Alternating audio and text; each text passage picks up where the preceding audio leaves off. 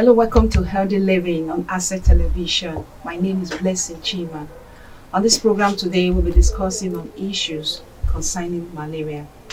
With me is Dr. Chima Anthony. Doctor, you're welcome to studio. Thank you very much. Health is wealth. Health is beautiful. Health is everything you need in life. We'll go on a break right now. We'll be back shortly. Don't go away.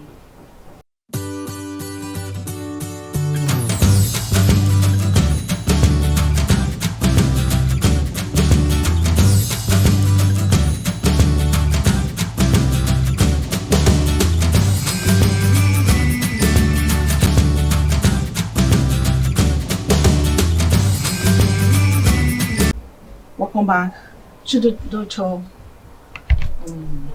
We're discussing about malaria. Yes. Malaria is everything that is mostly majorly affecting everybody, especially when it's rainy season. So, can you just tell us brief history of what malaria is all about? Okay. Malaria, as you have rightly mentioned the name, the other name for it is Plasmodium infection. And basically, what happens is that mosquitoes are the major transmitting, most especially in tropical and subtropical regions like you have in Nigeria and most African countries, together with places like Brazil and other tropical regions around the world. Such places have a high population of mosquitoes, most especially the female Anopheles mosquitoes. So with the presence of these female Anopheles mosquitoes that might be infected with the Plasmodium parasite, as long as they bite an individual, they transmit the Plasmodium parasite into such individuals.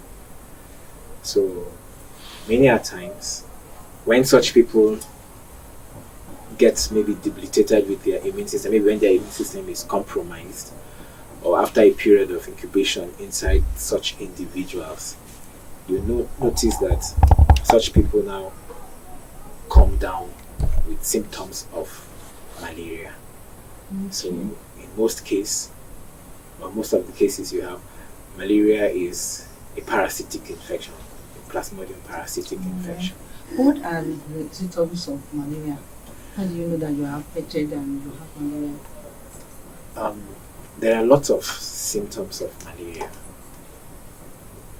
but sometimes it will also become misinterpreted with other symptoms, because many a times diseases have interwoven symptoms, but normally you have chills, fever, nausea, vomition, lack of appetite of food. Then you have headaches. Sometimes you might have redness of the eye, almost looking like jaundice, weakness. Okay, these are also symptoms of malaria. Yes. When your eye is reddish. Wow. Yes. I never thought about this. Yes, yeah, these are some symptoms of malaria. Wow. All right. So, how do you go about when you notice that? I was also told that stress too could cause malaria. How true is that statement? Okay. It's relative. The answer to that is a relative. Stress is a relative causer of malaria parasite, of malaria condition. Reason being that, as I said, when you have a bite from malaria or a Plasmodium infected mosquito, it introduces the Plasmodium parasite.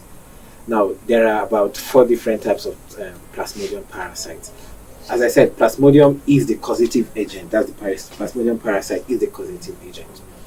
Now, when this Plasmodium, we have about 4 types of Plasmodium causing agents. We have the Plasmodium falciparum, which is the most dangerous malaria that causes cerebral malaria.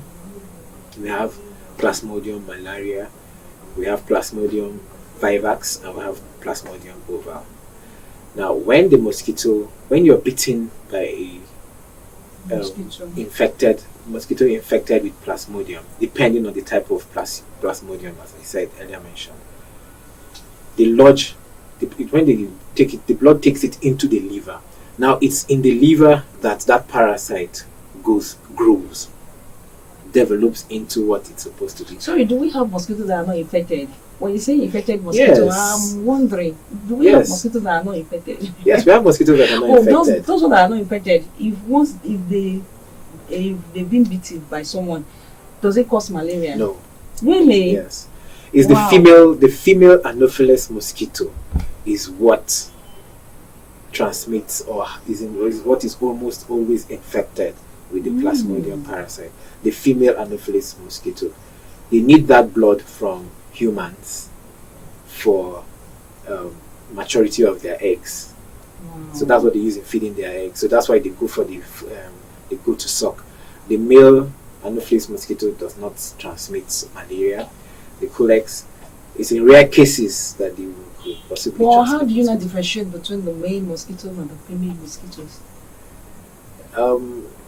Physically, there might just be some little, maybe like color addition or size of the parasite, but mainly there may be no very visual signs to differentiate them, except you want to go detail into further studies. It's okay. Yeah.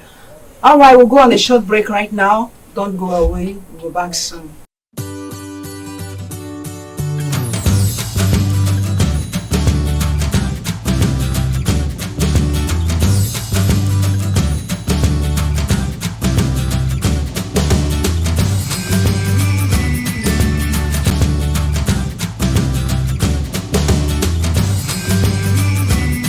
Okay, welcome back. So, doctor, how best can one treat malaria once you notice that you've been infected by malaria? So how best can one? Doesn't that one have to go to the hospital or just go to drugstore and get some drug and treat it? But most cases, there was a time I actually noticed I had malaria. I went to drugstore, they gave me some drug. I took it, and nothing worked. I was still referred back to hospital. Okay, I was trying to say something earlier. As I said, there are about 4 different types of malaria the parasites, the types of parasites, the plasmodium parasites. Now, if one is bitten by has the plasmodium oval and the plasmodium vivax, so that I will come to answer clearly your chemotherapy or treatment plan. When an individual is bitten by mosquito infected with plasmodium oval or vivax, they can stay in your liver for a long time. Wow.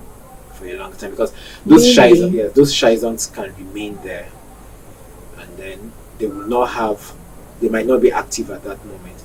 Now, when you're exposed to stress, your immune system goes down.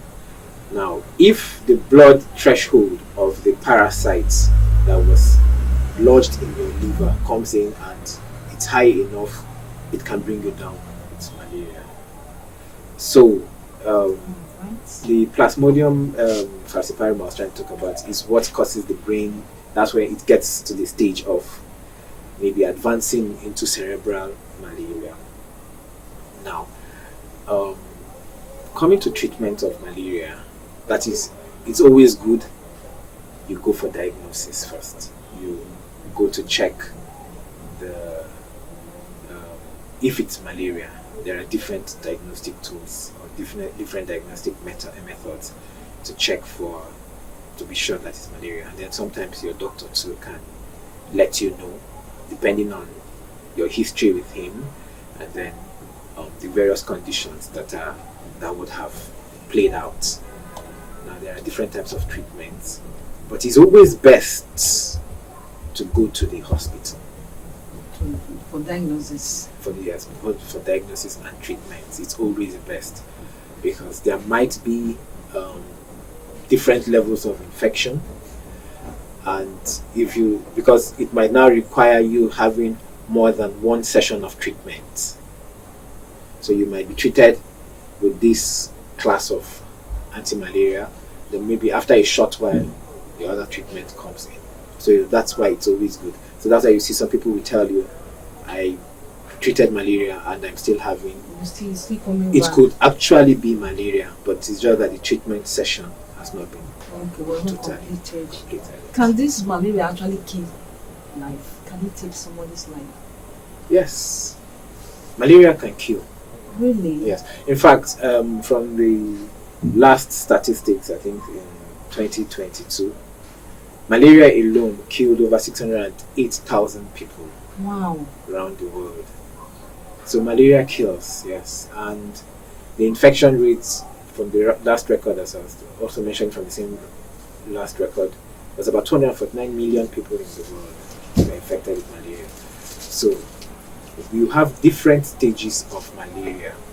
You could have the, as I said, the cerebral malaria. The outlook for cerebral malaria might be very poor. That's when you could have death. But generally, malaria has a good outlook. That's it could resolve easily.